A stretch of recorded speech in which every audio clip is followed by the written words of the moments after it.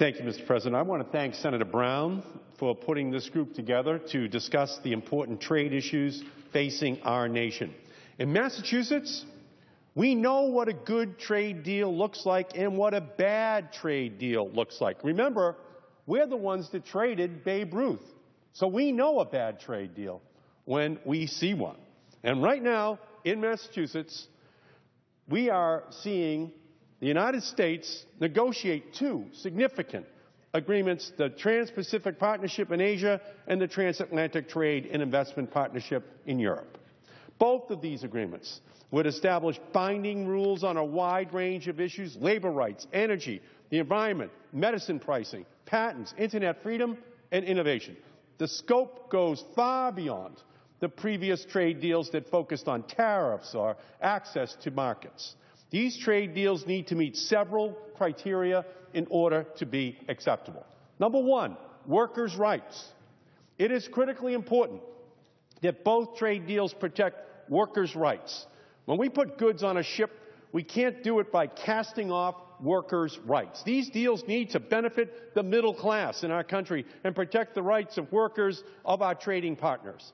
They must also have robust and fully enforceable labor provisions that ensure compliance with international core labor standards. Number two, protect our environment. If companies want to make more green, great, but they have to be green too and follow the environmental laws to protect our resources and our planet.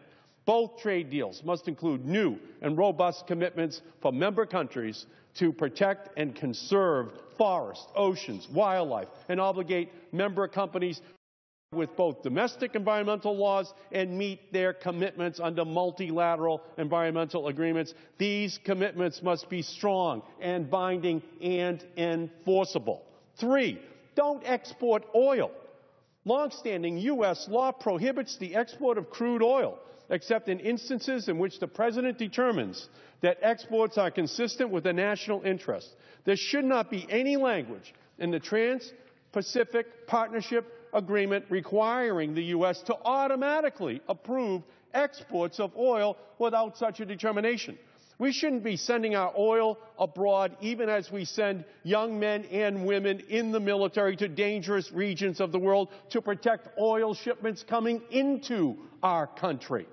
We still import 5 million barrels of oil a day. We're the largest importer in the world. We should not be exporting oil. Four, no fishy stuff.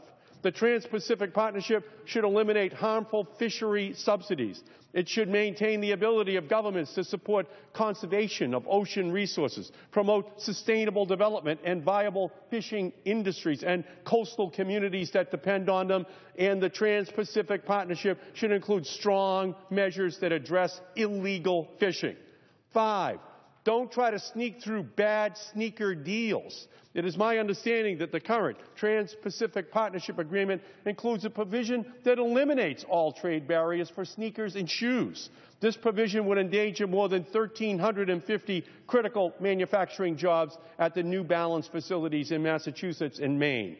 New Balance has decided to keep its manufacturing here in the United States despite economic pressures and additional costs. As the last remaining U.S. manufacturer of running shoes, New Balance already has smaller profit margins on the U.S.-made shoes than most of its competitors have on imported shoes. They should be congratulated for making a commitment to American workers, but if the TPP agreement is passed by the Congress in its current form, we won't be making that same commitment, and that's because New Balance will be forced to immediately compete with Vietnam running shoe companies, which have a dramatic advantage with low hourly wages and subsidized businesses. Those 1,350 jobs might be lost. That is wrong, and we must do better by our manufacturers. And six, don't go around the United States courts.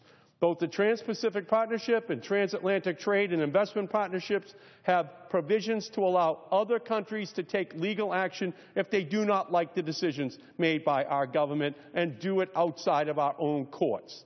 These separate panels could subject American taxpayers to billions in taxes. And when they have a problem with decisions in other countries, we'll have to argue in an independent court or even in their home country courts. This double standard is wrong, and it should be included. We need trade deals that don't ship workers' rights overseas along with their jobs. We need trade deals that don't cloud our skies with more pollution or plunder our seas with illegal fishing. We need trade deals that keep our oil and manufacturing jobs here at home. We need trade deals that don't outsource justice or jobs overseas. And that's why we need to make sure that just like when Babe Ruth was traded, that we don't put a curse on our own economy by passing trade bills that do not protect the American worker.